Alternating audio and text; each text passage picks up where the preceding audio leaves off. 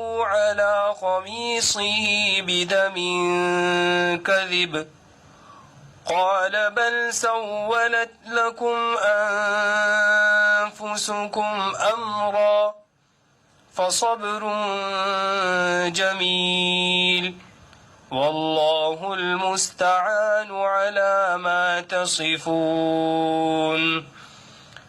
وجاءت سيارة فأرسلوا واردهم فأدلى دلوه قال يا بشرى هذا غلام وأسروه بضاعة والله عليم بما يعملون. وشروه بثمن بخس دراهم معدودة وكانوا فيه من الزاهدين. صدق الله العظيم.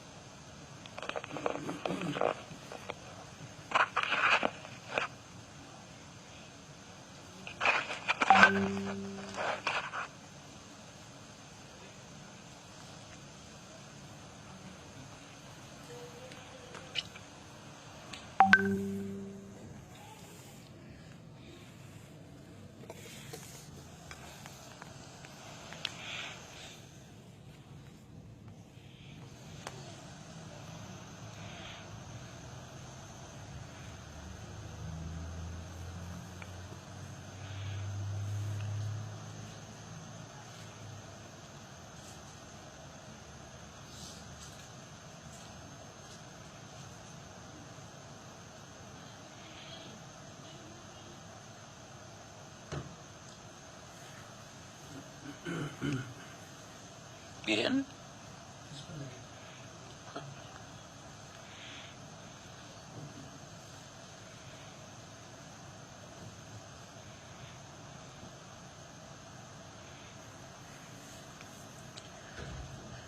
اس وقت میں قرات شروع کرنی چاہیے، جلدی شروع کر دیا آپ نے۔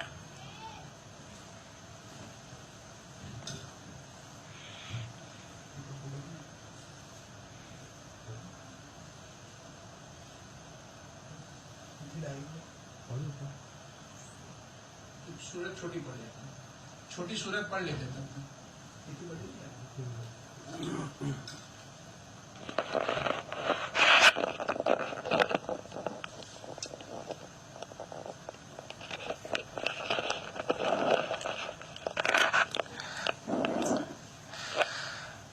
أعوذ بالله من الشيطان الرجيم. بسم الله الرحمن الرحيم. والضحى والليل إذا سجى ما ودعك ربك وما قلى وللآخرة خير لك من الأولى ولسوف يعطيك ربك فترضى ألم يجدك يتيما فآوى ووجدك ضالا فهدى ووجدك عائلا فأغنى فأما اليتيم فلا تقهر وأما السائل فلا تنهر وأما بنعمة ربك فحدث صدق الله العظيم.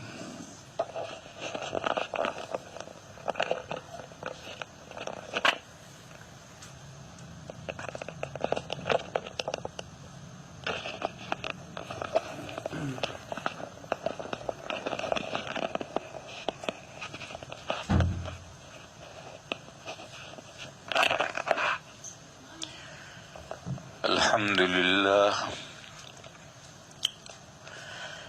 نحمده ونستعينه ونستغفره ونؤمن به ونتوكل عليه ونعوذ بالله من شرور أنفسنا ومن سيئات أعمالنا من يهده الله فلا مضل له ومن يضلله فلا هادي له وأشهد أن لا إله إلا الله وحده لا شريك له وأشهد أن سيدنا ومولانا وحبيبنا وشفيعنا محمدا عبده ورسوله أرسله إلى الناس كافة بشيرا ونذيرا وداعيا إلى الله بإذنه وسراجا منيرا صلى الله تعالى عليه وعلى آله وصحبه وبارك وسلم تسليما كثيرا كثيرا وبعد فأعوذ بالله من الشيطان الرجيم بسم الله الرحمن الرحيم الحمد لله رب العالمين الرحمن الرحيم مالك يوم الدين. بزرگان محترم، کل یہ مضمون بیان کیا تھا کہ سورہ فاتحہ کی پہلی آیت میں دو مضمون ہیں، توحید الوہیت کا بیان ہے اور اس پر دلیل توحید ربوبیت کو پیش کیا گیا ہے. ان دو توحیدوں کے درمیان میں چولی دامن کا ساتھ ہے. توحید الوہیت، کائنات میں معبود صرف ایک ہے جس نے اس کائنات کو پیدا کیا، اس کائنات کو سنبھال رہا ہے، اس کائنات کی روزی روٹی کا انتظام کر رہا ہے. وہی تنہا معبود ہے، اس کے علاوہ کوئی معبود نہیں. کچھ لوگ اللہ کے پیدا کی ہوئی مخلوقات کو، بندوں کو خدائی کا درجہ دیتے ہیں اور ان کی عبادت کرتے ہیں، پوجا کرتے ہیں. کچھ لوگ فرشتوں کو خدائی کا درجہ دیتے ہیں، کچھ لوگ انبیاء کو خدائی کا درجہ دیتے ہیں، کچھ لوگ اولیاء کو خدائی کا درجہ دیتے ہیں. یہ سب رونگ ہے، یہ ظلم ہے، یہ وضع الشیء فی غیر محلہ، جس کا حق عبادت بندگی ورشپ جس کا حق نہیں ہے اس کو یہ حق دینا ہے، اور جس کا حق ہے اس کو نہیں دینا ہے. تو توحید اولوہیت کا یہ مطلب ہے، اولوہیت مانے خدا ہونا، معبود ہونا۔ معبود ہونا صرف ایک ہستی ہے جو اس کائنات کی پیدا کرنے والی ہے اور اس کائنات کو سنبھالے ہوئے ہے، وہی معبود ہے، اس کے علاوہ کوئی معبود نہیں۔ اور توحید ربوبیت کا مطلب یہ ہے کہ وہی اکیلا جس نے یہ کائنات پیدا کی ہے، وہی اس کائنات کا پروردگار اور پالنہار ہے۔ ساری چیزوں کو وہی پیدا کرتا ہے، ان کے بقا کا سامان کرتا ہے، ان کی روزی روٹی کا انتظام کرتا ہے۔ قرآن کریم میں 12ویں پارے کی پہلی آیت ہے، وَمَا مِن دَابَّةٍ فِي الْأَرْضِ إِلَّا عَلَى اللَّهِ رِزْقُهَا وَيَعْلَمُ مُسْتَقَرَّهَا وَمُسْتَوْدَاهَا كُلٌّ فِي كِتَابٍ مُبِينٍ۔ فرمایا کہ زمین میں جتنی رینگنے والی، حرکت کرنے والی، ایک جگہ سے دوسری جگہ منتقل ہونے والی جتنی مخلوقات ہیں، ان کی روزی اللہ نے اپنے ذمے پر لے رکھی ہے۔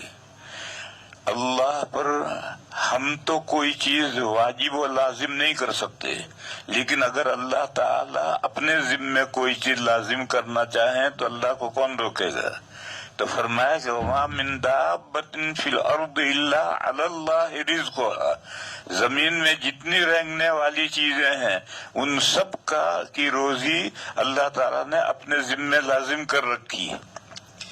اس سے یہ نہیں سمجھنا چاہیے کہ زمین میں جتنی مخلوقات ہیں ان کی روزی تو اللہ کے ذمے ہے، اور آسمانوں میں جو مخلوقات ہیں ان کی روزی اللہ کے ذمے نہیں ہے، ایسا نہیں سمجھنا چاہیے۔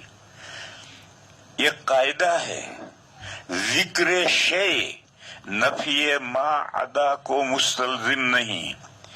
ایک چیز کا ذکر کیا جائے تو اس کی وجہ سے غیر کی نفی نہیں ہوتی۔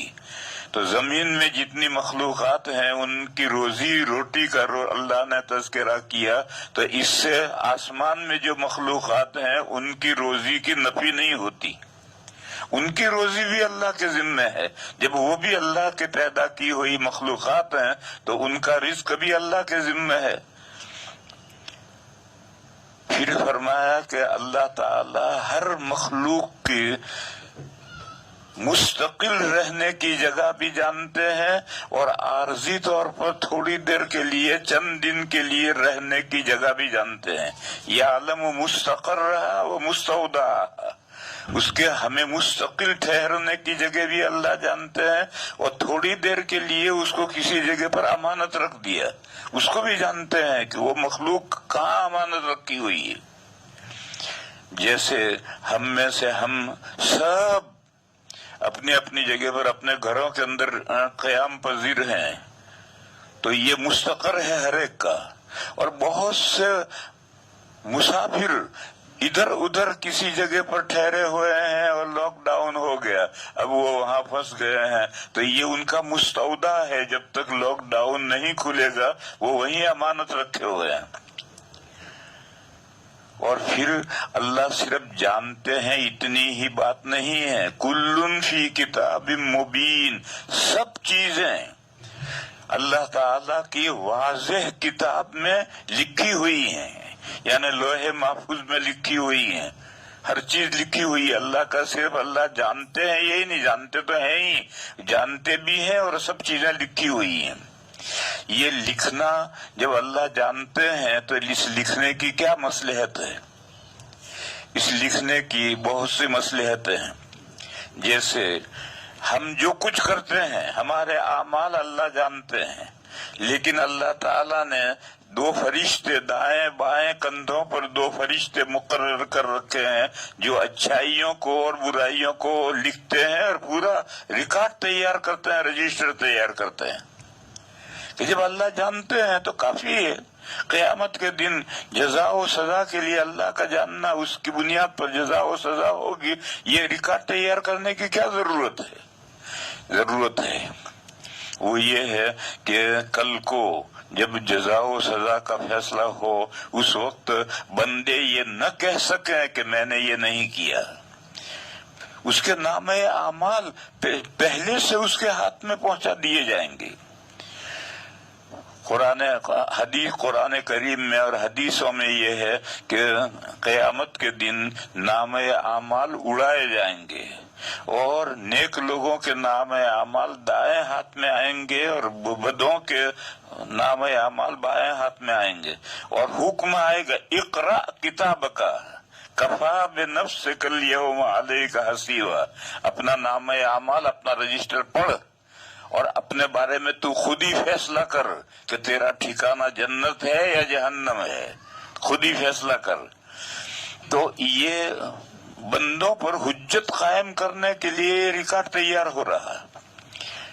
اللہ کا محض اللہ تو جانتے ہیں کہ بندہ کیا کر رہا ہے، لیکن یہ جاننے کے علاوہ یہ ریکارڈ تیار کیا جا رہا ہے تاکہ بندوں پر یہ حجت ہو۔ اسی طرح سے میرے بھائیوں سمجھنا چاہیے کہ اللہ تعالیٰ نے ہر مخلوق کی روزی اپنے ذمے پر لے رکھی ہے، اور ہر مخلوق کا مستقر دائمی ٹھہرنے کی جگہ اور مستودع عارضی طور پر ٹھہرنے کی جگہ اللہ جانتے ہیں تو اللہ روزی پہنچائیں گے۔ لیکن یہ دنیا دارالاسباب ہے، یہاں اس دارالاسباب میں اللہ سبب کے ذریعے سے کام کرتے ہیں۔ جیسے بارش کے لیے ایک فرشتہ مقرر ہے جو بارش اللہ کے حکم کے مطابق وہ بارش پہنچاتا ہے، اسی طرح رزق کے لیے بھی فرشتے متعین ہیں، وہ فرشتے روزی پہنچاتے ہیں۔ اسی طرح سے ماں کے پیٹ میں جب باڈی تیار ہوتی ہے تو اس میں روح پھونکنے کے لیے عالم ارواح سے روح لا کر اس میں ڈالنے کے لیے بھی فرشتہ مقرر ہے۔ پھر جب زندگی انسان اپنی پوری کر لیتا ہے تو اس کی روح قبض کر کے موت دینا، اس کے لیے بھی فرشتے مقرر ہیں۔ اللہ تعالیٰ قادر مطلق ہیں، وہ سب کام خود کر سکتے ہیں، لیکن کسی حکمت اور مصلحت سے اللہ تعالیٰ نے ان مخلوقات کو کام میں لگایا ہے۔ اس کی ایک مثال دوں، یا سورہ محمد میں آیت ہے، یا ایھا الذین آمنوا ان تنصروا اللہ ینصرکم ویثبت اقدامکم۔ یہ کہا کہ اے مومنو، اگر تم اللہ کی مدد کرو گے یا اللہ کے دین کی مدد کرو گے تو اللہ تمہاری مدد کریں گے، تمہارے دین کی مدد کریں گے، اور تمہارے پیر جمائیں گے۔ یہ جو اسلام اللہ کے نازل کیے ہوئے دین اسلام کے خلاف کچھ لوگ چلتی گاڑی میں روڑا اٹکاتے ہیں تو ان کا دماغ درست کرنے کے لیے جو محنت کرنی کی جاتی ہے اس محنت کے تعلق سے بتلایا۔ اللہ تعالیٰ تو چاہیں تو چٹکی بجاتے کچھ کا کچھ کر سکتے ہیں، لیکن اس دنیا میں اللہ ایسا نہیں کرتے۔ مومنین محنت کرتے ہیں تو اللہ تعالیٰ اپنے دین کو سربلند کرتے ہیں۔ کیوں؟ تاکہ ان مومنین کو ثواب ملے، جہاد کا ثواب ملے، اور آخرت میں شہادت کے بلند درجات ملے ہیں۔ تو ان مومنین کی مصلحت سے اللہ تعالیٰ نے یہ سسٹم رکھا۔ اسی طرح سے اللہ تعالیٰ نے فرشتوں کو مقرر کیا ہے مختلف کاموں پر۔ اللہ ان فرشتوں کے محتاج نہیں۔ ایک مثال میں دوں، ایک آدمی کا کارخانہ ہے بہت بڑا، 500 ملازم ہیں، اور وہ ہر ملازم اپنے اپنے حصے کا کام کر رہا ہے، لیکن سارے کارخانے کا مالک باس ہے، اور اس کی مرضی کے مطابق کریں گے تو وہ ملازم کام کے لیے رہے گا، ورنہ باس اس کو کان پکڑ کے چلتا کرے گا۔ تو اسی طرح سے ساری کائنات کے مالک اللہ ہیں، اور کارخانے میں جو کچھ حاصل ہوگا وہ باس کا ہے، لہذا ساری مخلوقات جو بندگی کریں گے وہ باس کی بندگی کریں گے، اور یہ جو مخلوقات ہیں یہ مخلوقات ان کے فائدے کے لیے ان کو اس کام پر لگایا ہے۔ تو اس طریقے پر میرے بھائیوں سمجھنا چاہیے کہ اللہ تعالیٰ نے روزی روٹی کے انتظام کے لیے فرشتوں کو مقرر کیا۔ یہ فرشتے کارخانے کے ملازم ہیں، یہ کارخانے کے مالک نہیں ہیں، اور یہ اللہ بندوں کی بندگی کے سزاوار اور حقدار بھی نہیں ہیں۔ یہ تو اللہ کے حکم سے اپنی جو ڈیوٹی ہے ان کی وہ ڈیوٹی بجا لاتے ہیں۔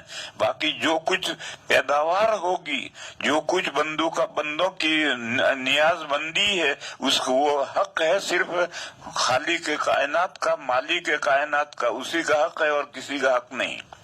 تو میں یہ کہہ رہا تھا کہ توحید الوہیت اور توحید ربوبیت میں چولی دامن کا ساتھ ہے، یہ ہمیشہ دونوں ساتھ آئیں گے۔ چولی دامن کا ساتھ، اس کو بھی سمجھو یہ اردو کا محاورہ ہے۔ یہ جو آج کل لوگ ٹی شرٹ پہنتے ہیں، یہ جہاں تک ہے یہ یہاں تک چولی ہے، پھر اتنی ہی لمبے آگے دامن تھا، اور کرتا بنتا ہے چولی اور دامن سے مل کر کے۔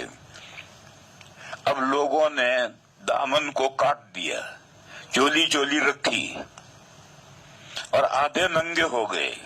چولی رکھنے کی وجہ سے سارے آدھے ننگ ہو گئے اور دامن گیا۔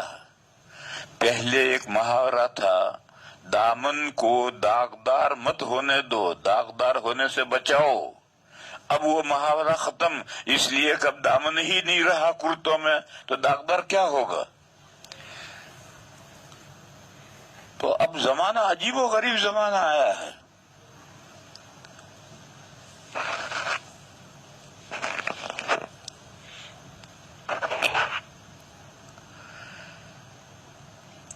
اس لیے میرے بھائیوں، آج کل جو ہمارے نوجوانوں میں تیزی کے ساتھ جو لباس رائج ہوتا چلا جا رہا ہے، یہ اسلامی لباس نہیں ہے، یہ تو غیروں کا لباس ہے۔ عیسائیوں سے، یورپ اور امریکہ سے یہ لباس آیا ہے، اوپر ٹی شرٹ یا بنیان اور نیچے پتلون نیچے پتلون ہے، اس کے اوپر کوئی کپڑا نہیں ہے، تو اس کا مطلب یہ ہے کہ آدھا ننگا۔ اور اوپر جو بنیان ہے، وہ بنیان بھی عورتیں بھی بنیان پہنتی ہے اور نیچے پتلون پہنتی ہے۔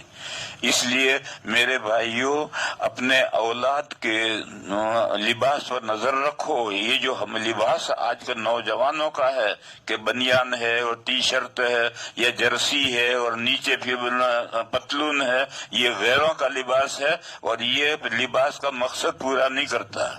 لباس کا کیا مقصد ہے؟ قرآن کریم میں ہے، یا بنی آدم قد انزلنا علیکم لباسا یواری سوآتکم، اے انسانوں کے بیٹو، ہم نے تمہارے لیے لباس پیدا کیا ہے جو تمہارے ننگا پہ کو چھپاتا ہے۔ ستر، پردہ، یہ لباس کا مقصد ہے، اور اگر یہ مقصد نہیں ہے تو پھر وہ لباس نہیں۔ عورت نے ایسا کرتا پہن رکھا ہے کہ چھاتی کا ابھار نظر آ رہا ہے، یا ایسی اوڑھنی اوڑھ رکھی ہے کہ بال اس میں سے جھلکتے ہیں اور سارے نظر آتے ہیں، تو یہ لباس نہیں ہے، یہ تو عورت ننگی ہے۔ اور حدیث شریف میں یہ ہے، رب کاسیۃ عاریۃ یوم القیامہ، کچھ عورتیں ہیں جنہوں نے دنیا میں لباس پہن رکھا ہے مگر قیامت کے دن وہ ننگی ہوں گی، کیونکہ دنیا میں جو انہوں نے لباس پہن رکھا ہے وہ لباس ستر کا مقصد ہی پورا نہیں کر رہا، وہ لباس ہے ہو کر بھی ننگی ہیں، تو ان کو سزا ملے گی جن سے عمل سے، قیامت کے دن وہ مادرزاد ننگی ہوں گی۔ اسی طریقے سے ایک مسلمان عورتوں میں ایک عجیب بات آئی ہے، مجھ سے اسی بمبئی میں آج سے 20 سال پہلے ایک عورت نے مسئلہ پوچھا تھا۔ اس نے مسئلہ یہ پوچھا تھا کہ عورتیں کرتا پہنتی ہیں تو ان کا کرتا پھٹا ہوا ہوتا ہے کمر تک، اور جب چلتی ہیں تو سری نظر آتے ہیں۔ تو 20 سال پہلے ایک تبلیغی عورت نے مجھ سے مسئلہ پوچھا تھا کہ یہ جائز ہے یا نہیں۔ اس وقت میں نے کہا تھا کہ یہ کوئی اسلامی لباس نہیں ہے۔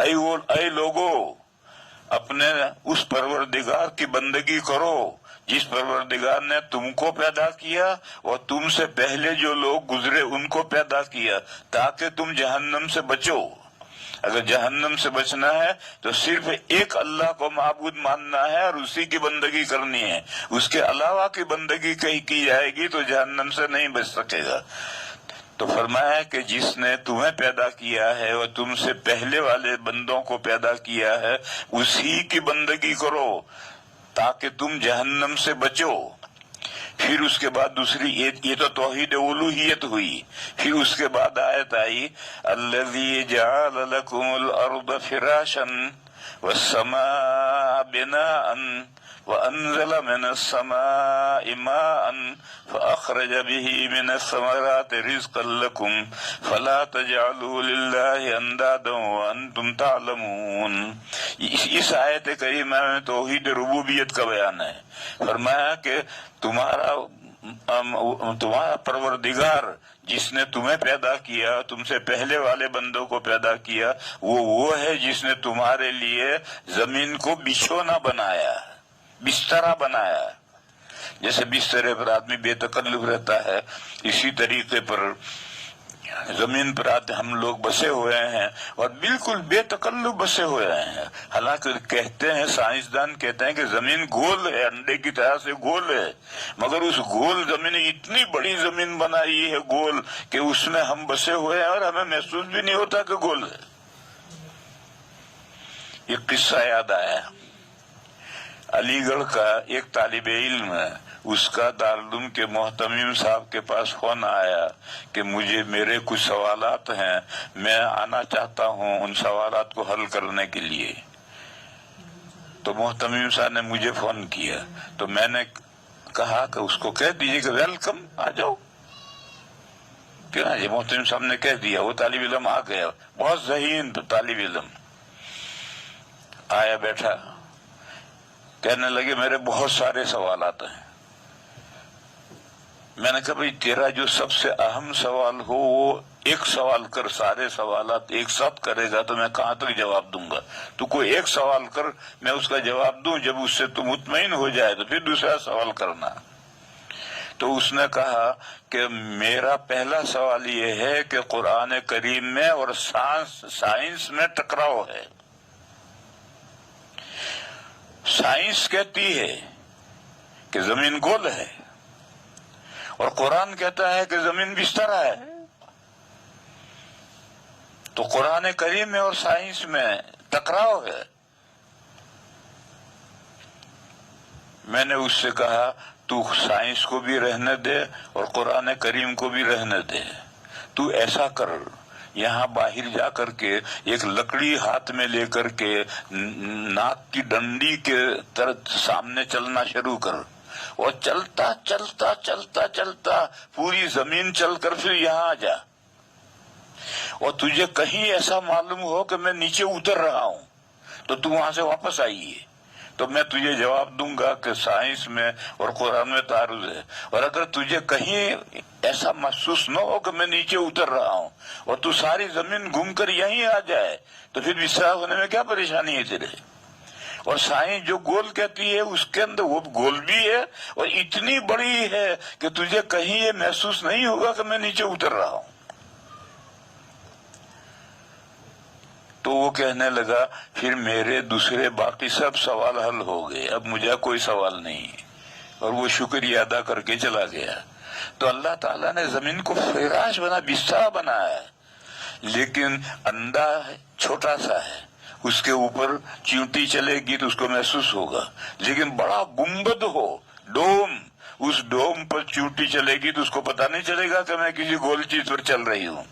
تو اللہ تعالیٰ نے اس زمین کو اتنی بڑی بنائی ہے کہ آدمی کو یہ محسوس ہی نہیں ہوتا کہ یہ گول ہے.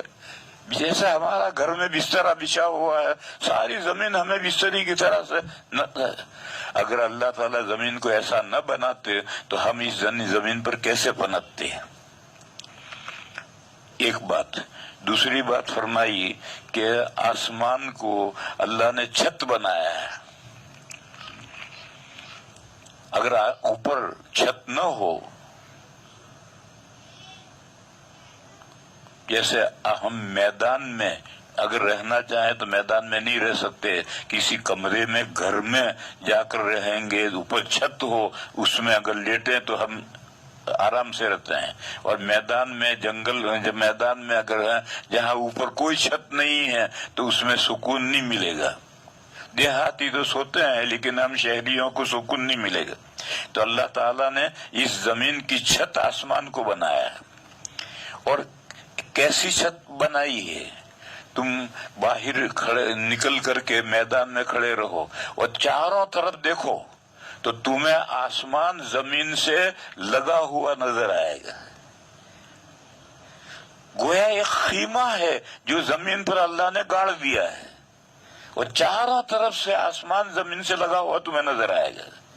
اور وہاں جاؤ گے تو وہاں بھی ایسا ہی نظر آئے گا، ساری زمین پر گھوم جاؤ گے تو ایسا ہی نظر آئے. تو اتنا آسمان اتنا اونچا ہے آگے کہ کہاں تک آسمان ہے سائنسدان بھی نہیں پا سکے ہیں کہ آسمان کہاں تک ہے، کتنا اونچا آسمان ہے. لیکن ہمیں تو نظر آتا ہے زمین سے لگا ہوا. ہوائی جہاز میں بیٹھ کر ہم سفر کرتے ہیں تو میں باہر دیکھتا ہوں تو مجھے باہر دیکھتا ہوں تو بھی آسمان زمین سے لگا ہوا نظر آتا ہے. تو جیسا قبہ ہوتا ہے، خیمہ ہوتا ہے، گویا اللہ تعالیٰ نے آسمان کو اس طرح سے تان دیا ہے کہ پوری زمین ہمارے لیے ایک گھر اور خیمہ بن گئی. تیسری چیز، اللہ تعالیٰ نے زمین میں 71 یعنی 71% میں پانی بھر دیا ہے اور 29% میں خشکی ہے. یہ جو 29% میں خشکی ہے، اس میں تمام خشکی کے جانور، بے شمار جانور اس میں اللہ نے پیدا کیے. اور پانی کتنے میں بھرا ہے؟ 71% زمین پر پانی بھرا ہوا ہے.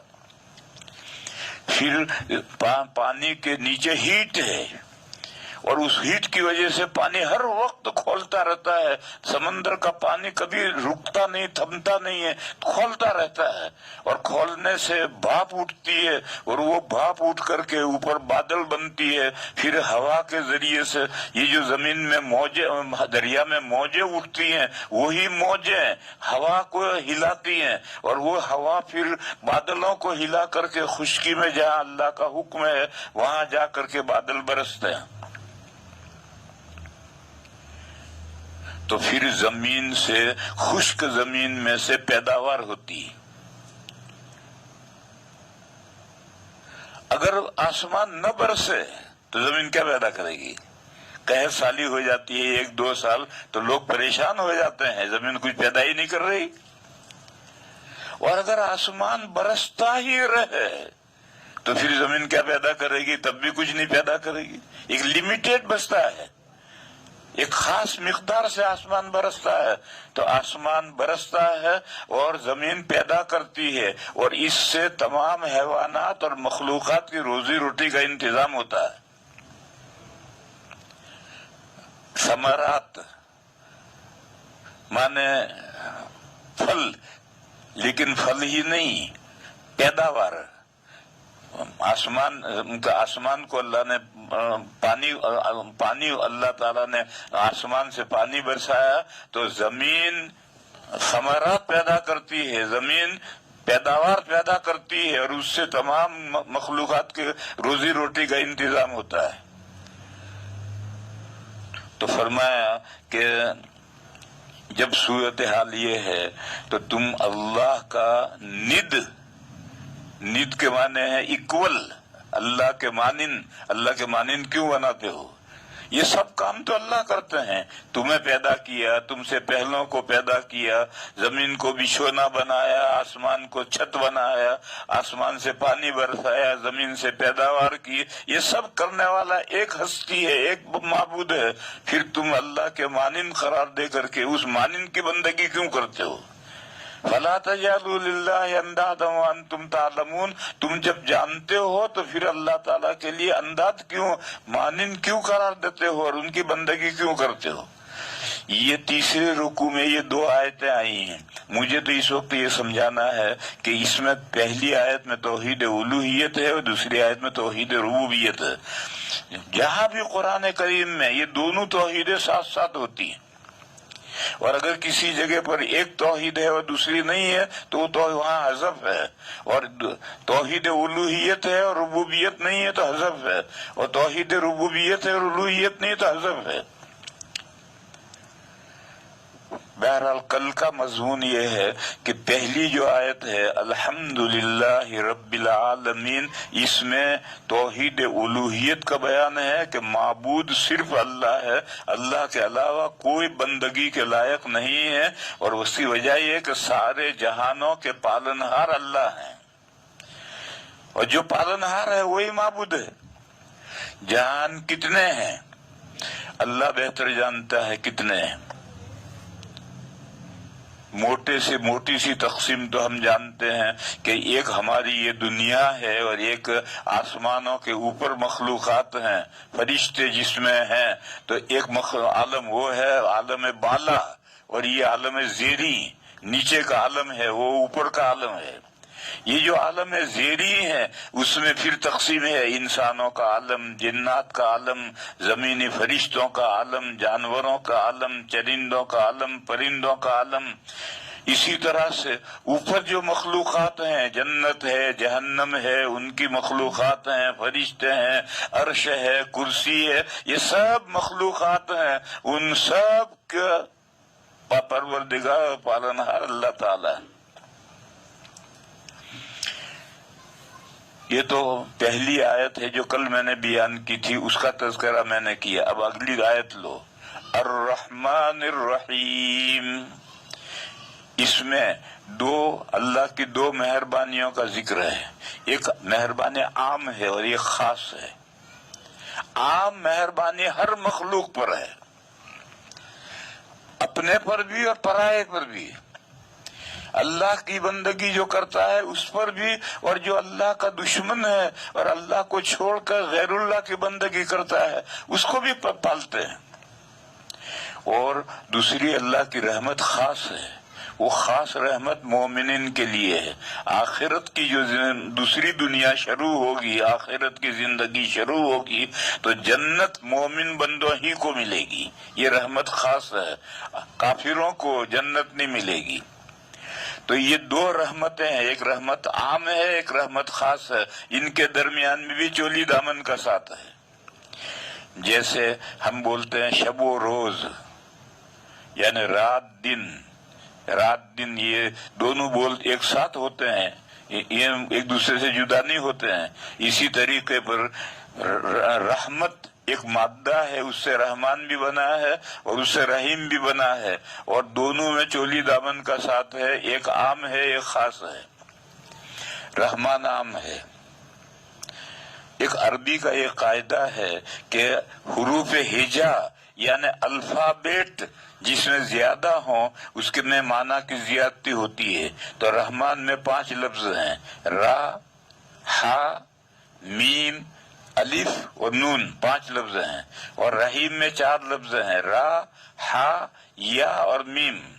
اس لیے رحیم میں معنی کم ہے اور رحمان میں معنی زیادہ ہے. بس رحمان کا تعلق اس دنیا سے ہے اور رحیم کا تعلق دوسری دنیا سے ہے. یہ سمجھنے کی بات ہے کہ رحمان کا تعلق اس دنیا سے ہے اور رحیم کا تعلق دوسری دنیا سے. یہاں رک کر ایک بات سمجھو، قرآن کریم کی ایک مستقل آیت ہے بسم اللہ الرحمن الرحیم. یہ 2 آیتیں ہیں. ایک سورہ نمل میں یہ آیت آئی ہے. حضرت سلیمان علیہ السلام نے بلقیس کو، سبا کی رانی کو لیٹر لکھا تھا، خط لکھا تھا. اس خط میں یہ لکھا تھا کہ انہو من سلیمان وَإِنَّهُ بسم اللہ الرحمن الرحیم. تو ایک تو بسم اللہ وہ سورہ نمل کی آیت ہے. اس کے علاوہ پورے قرآن کریم کی بسم اللہ الرحمن الرحیم ایک آیت ہے جس کو صحابہ کرام نے سورتوں کے شروع میں لکھا ہے. تو سورہ فاتحہ کے شروع میں بھی جو بسم اللہ ہے یہ قرآن کریم کی مستقل آیت ہے.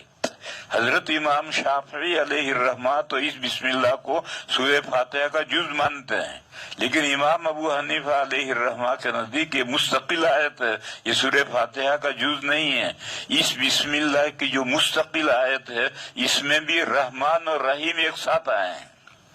مجھے یہ بتانا ہے کہ رحمان اور رحیم ایک ساتھ آئے ہیں، اور رحمان کا تعلق اس دنیا سے ہے اور رحیم کا تعلق آخرت سے.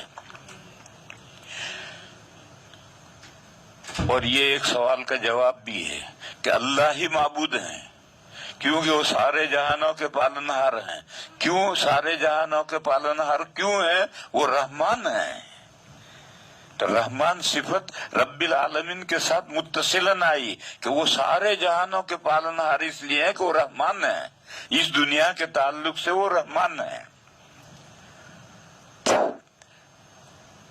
قرآن کریم میں ایک جگہ مضمون آیا ہے، اللہ تعالی جل شانہ و من والہ نے حضرت ابراہیم علیہ السلام کو چند احکام دیے.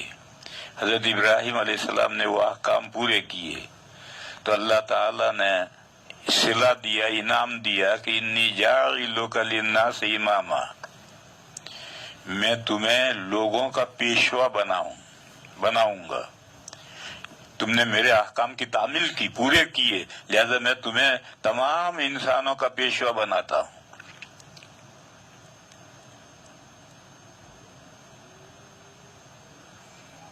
تو حضرت ابراہیم علیہ السلام نے لقمہ دیا،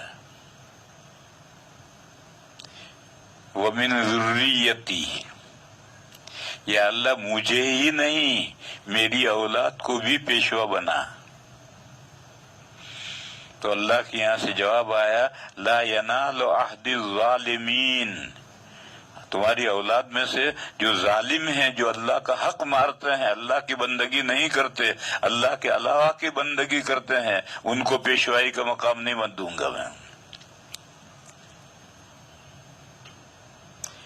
پھر ایک موقع آیا کہ حضرت ابراہیم علیہ السلام نے مکہ بسایا، اپنے ایک بیٹے کو اور اپنی ایک بیوی کو وہاں لے جا کر بسایا، اور وہاں سے بسا کر کے جب واپس لوٹے تو انہوں نے حضرت ابراہیم علیہ السلام نے دعا کی، وَإِذْ قَالَ إِبْرَاهِيمُ رَبِّ اجْعَلْ هَٰذَا بَلَدًا آمِنًا وَارْزُقْ أَهْلَهُ مِنَ الثَّمَرَاتِ مَنْ آمَنَ مِنْهُمْ بِاللَّهِ وَالْيَوْمِ الْآخِرِ. کہا اے پروردگار یہ شہر، اس کو امن والا اطمینان والا شہر بنا، بلدن آمنن، اور یہاں جو لوگ بسیں ان کو، ان میں سے جو مومنین ہیں ان کو زمین کی پیداوار میں سے روزی عطا فرما.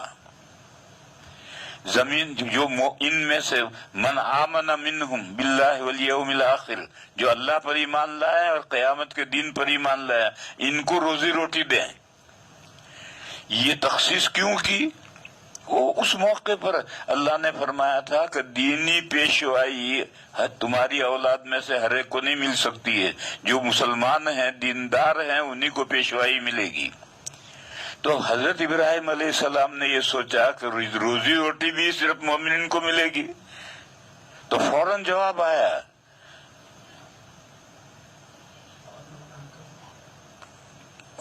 من آمن منهم بالله واليوم الآخر قال ومن كفر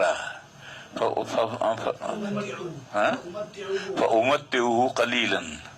فرمایا کہ جو مجھے نہیں مانیں گے، میرا جو انکار کریں گے، ان کو میں تھوڑے دنوں کے لیے ان کو بھی فائدہ پہنچاؤں گا.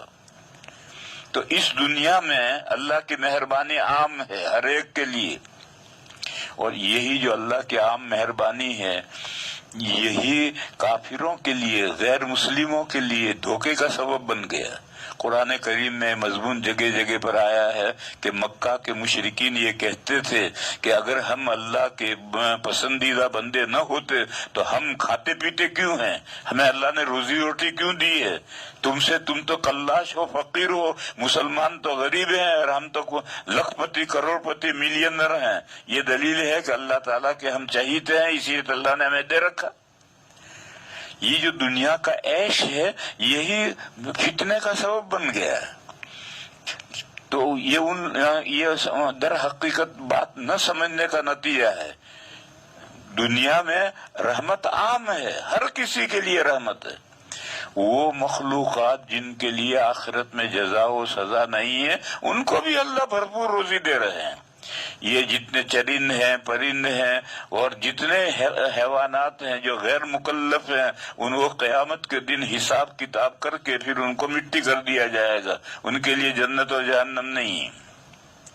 قرآن کریم میں ہے کہ جب ان کا حکم ہوگا کہ کونوا ترابا تو کافر یہ کہے گا کہ کاش مجھے بھی مٹی کر دیا جاتا ہے، مگر اس کو مٹی نہیں کیا جائے گا، اس کے لیے جہنم بنائیے.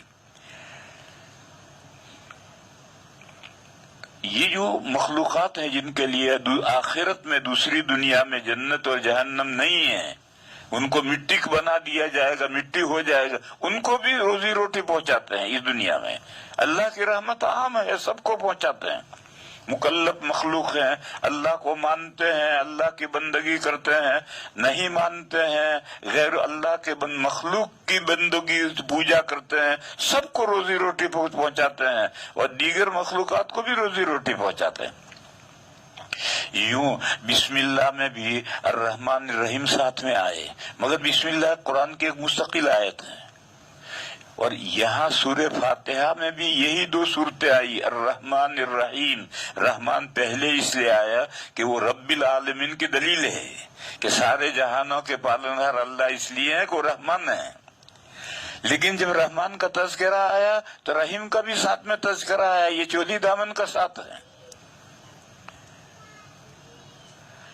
اور جب رحیم کا تذکرہ آ گیا یعنی دوسری دنیا میں اللہ کی رحمت خاص مومنین ہی کے لیے ہوگی، انہی کے لیے جنت ہوگی، تو اب آخرت کا مسئلہ شروع ہو گیا. رسالت کا مسئلہ بعد میں آئے گا، آخرت کا مسئلہ شروع ہوا. مالک یوم الدین، جزا کے دن کے مالک اللہ ہیں. جب اللہ مالک ہیں تو وہ صرف مومنین کو پر رحم کر کے ان کو جنت میں دیں تو ان کو کر سکتے ہیں ایسا.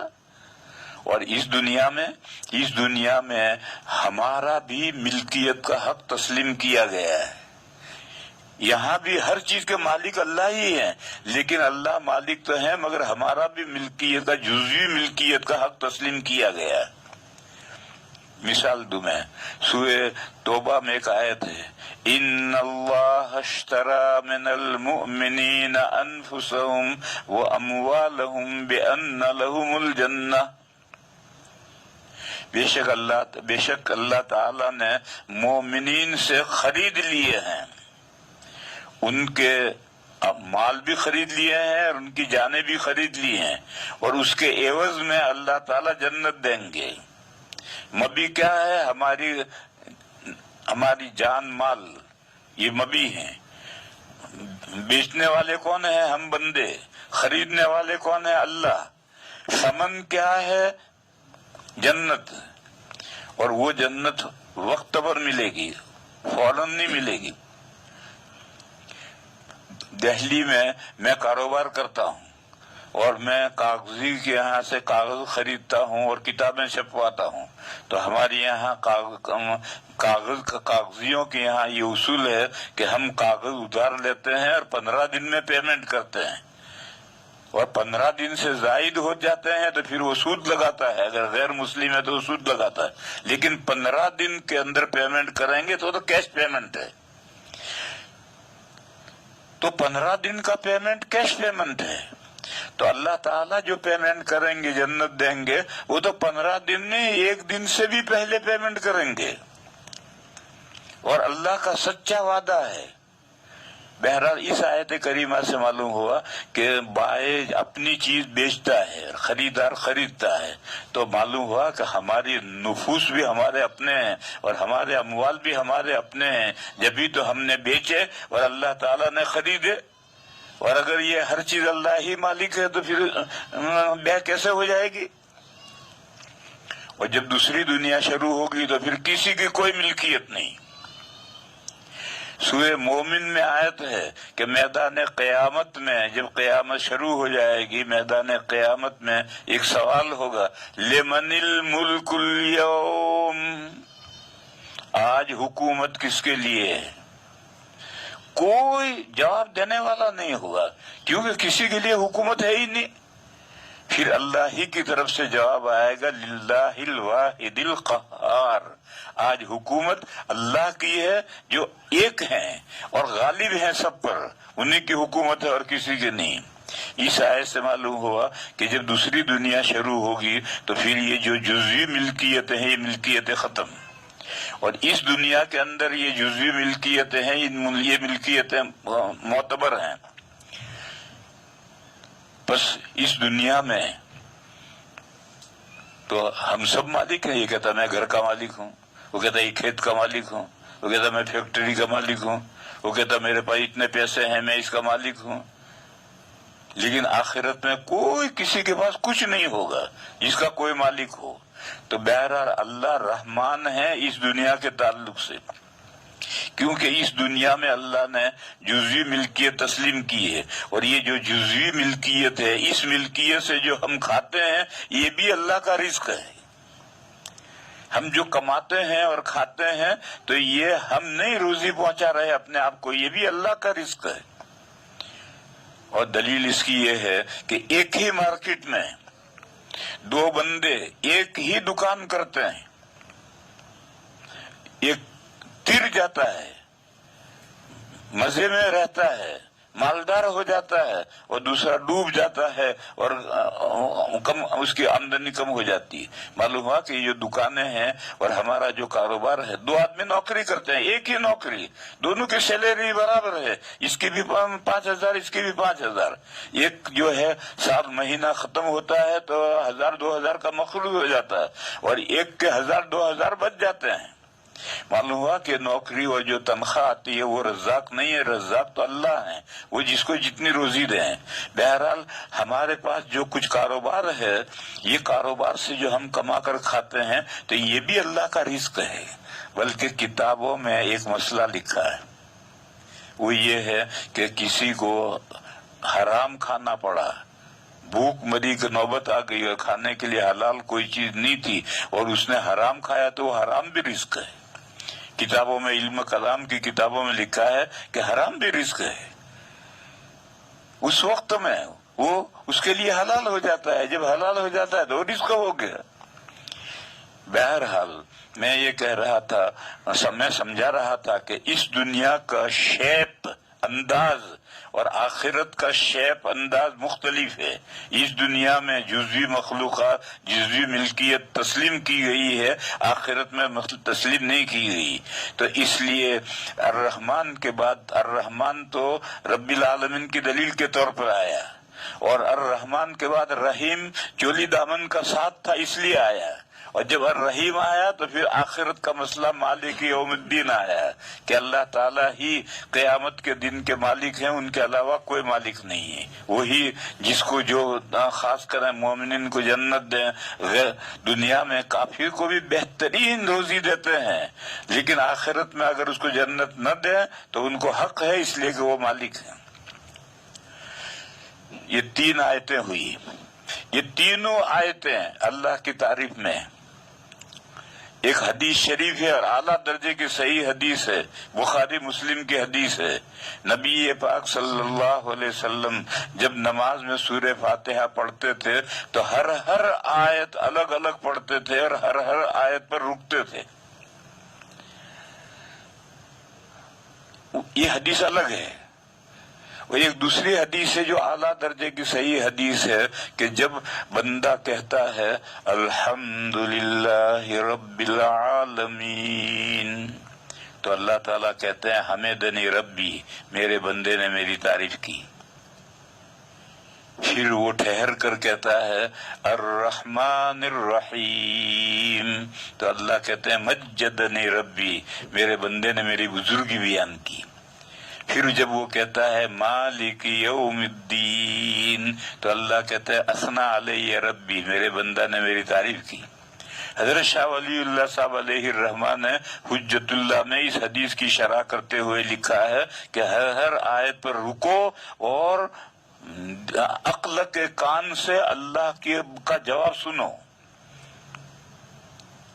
ہمارا حال یہ ہے، عربی نہیں جانتے تو ہمارا حال یہ ہے کہ 2 سانس میں پورے کر لی فاتحہ، بعضا تراویح میں تو 1 ہی سانس میں پورا کر لے، اور بعضا 2 3 آیتیں ملا کر پڑھ لے۔ حضرت ام سلمہ کی حدیث ہے کہ نبی پاک صلی اللہ علیہ وسلم سورہ فاتحہ کی ہر آیت پر رکتے تھے، اور حضرت شاہ ولی اللہ صاحب نے کہا کہ ہر آیت پر رک کر عقل کے کان سے اللہ کا جواب سنو۔ الحمدللہ رب العالمین، اب اللہ کہیں گے حمدنی ربی، اسے سنو۔ پھر کہو الرحمن الرحیم، تو اللہ کہیں گے اسنا مجدنی ربی، اسے سنو۔ پھر آگے بڑھو مالک یوم الدین، پھر اس کو اللہ کی جواب سنو اسنا علیہ ربی۔ تو بہرحال یہ تینوں آیتیں اللہ تعالیٰ کی تعریف میں ہیں، اور اس میں 2 مسئلے آ گئے، ایک مسئلہ تو توحید کا آ گیا اور ایک مسئلہ آخرت کا آ گیا۔ آخرت کے مسئلے کو بعد میں آنا چاہیے، لیکن یہاں چونکہ رحمان کے ساتھ رحیم آ گیا، اور وہ چولی دامن کا ساتھ ہونے کی وجہ سے دونوں ساتھ ہی آتے ہیں، بسم اللہ بھی ساتھ آئے، بسم اللہ میں بھی ساتھ آئے، یہاں بھی ساتھ آئے، تو اس لیے آخرت کا مسئلہ رحیم کی تعلق سے آخرت کا مسئلہ مقدم کر دیا۔ دوسری وجہ، آخرت کا جو مسئلہ ہے وہ مختصر ہے، اور رسالت کا مسئلہ بہت لمبا آئے گا۔ آگے 1 آیت آئے گی، پھر اس کے بعد 3 آیتیں آئیں گی وہ رسالت کے مسئلے میں رہے، تو لمبا مسئلہ ہے۔ تو جو مختصر مسئلہ ہوتا ہے اسے مقدم جلدی بیان کرتے ہیں، لمبے مسئلے کو پیچھے کرتے ہیں، تو یوں آخرت کا مسئلہ پہلے آ گیا ہے، رسالت کا مسئلہ بعد میں آئے گا۔ دوسری وجہ یہ ہے کہ رسالت کے مسئلے میں دلیل رسالت قرآن کریم ہے، اور اگلی جو سورت شروع ہو رہی ہے وہ قرآن کریم کی اہمیت سے شروع ہو رہی ہے۔ الف لام میم ذالک الکتاب لا ریب فیہ، پھر ہدی للمتقین، اس کے بعد پھر اگر دوسرا مضمون شروع ہوگا، تو اگلی جو حدیث ہے وہ قرآن کریم کے فضیلت سے شروع ہو رہی ہے جو دلیل رسالت ہے، یعنی نبی پاک صلی اللہ تعالی علیہ وسلم اللہ کے رسول نے کیا دلیل ہے؟ کہ دلیل یہ قرآن ہے۔ اس قرآن میں یہ 30 پاروں کا قرآن ہے، اتنا موٹا سا قرآن کریم ہے، پورا رمضان پڑھتے ہیں تب جا کر پورے ہوتا ہے اس پورے قرآن، اور یہ ایک دن کے اندر ایک مجلس میں نہیں لکھا گیا، ایک دن میں نہیں لکھا گیا، 23 سال میں نازل ہوا ہے۔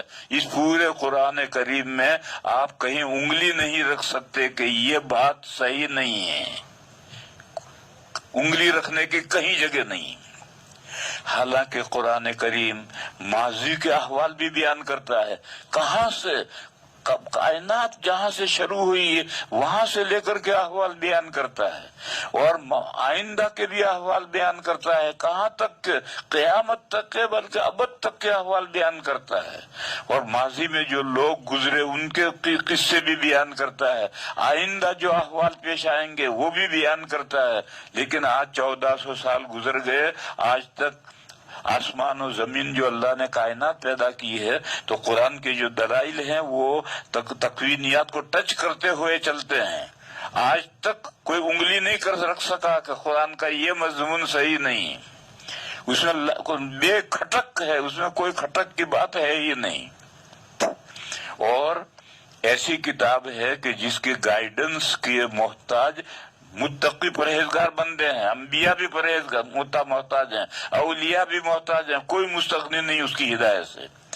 یہ نبی پاک صلی اللہ علیہ وسلم کی رسالت کی دلیل آگے آ رہی ہے، اس کے ساتھ رسالت کے مسئلے کو متصل کرنے کے لیے رسالت کے مسئلے کو پیچھے کر دیا اور آخرت کے مسئلے کو پہلے کیا۔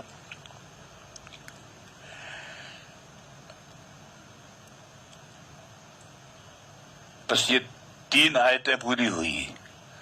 الحمدللہ رب العالمین الرحمن الرحیم. کوئی کسی کے ذہن میں آ سکتا ہے کہ بھئی جو بسم اللہ الرحمن الرحیم میں یہ دو صفتیں آئی ہیں، پھر یہ دو صفتیں کیوں آئی؟ تو میں نے اس کا جواب دیا کہ بسم اللہ تو قرآن کی مستقل الگ آیت ہے، وہ صحابہ نے ہر سورت کے شروع میں لکھا ہے، اور یہاں سورہ فاتحہ میں تو دلیل کے طور پر الرحمن رب العالمین کی دلیل آئی ہے، اور اس کے ساتھ الرحیم آیا، اس لیے کہ دونوں میں چولی دامن کا ساتھ ہے. اور جب الرحیم آیا، خاص رحمت کا تذکرہ آیا، تو پھر آخرت کا مسئلہ مالک یوم الدین کا آ گیا. یہ 3 آیتیں میں نے سمجھائی، آگے کی آیتیں کل انشاءاللہ سمجھاؤں گا. وآخر دعوانا ان الحمدللہ رب العالمین.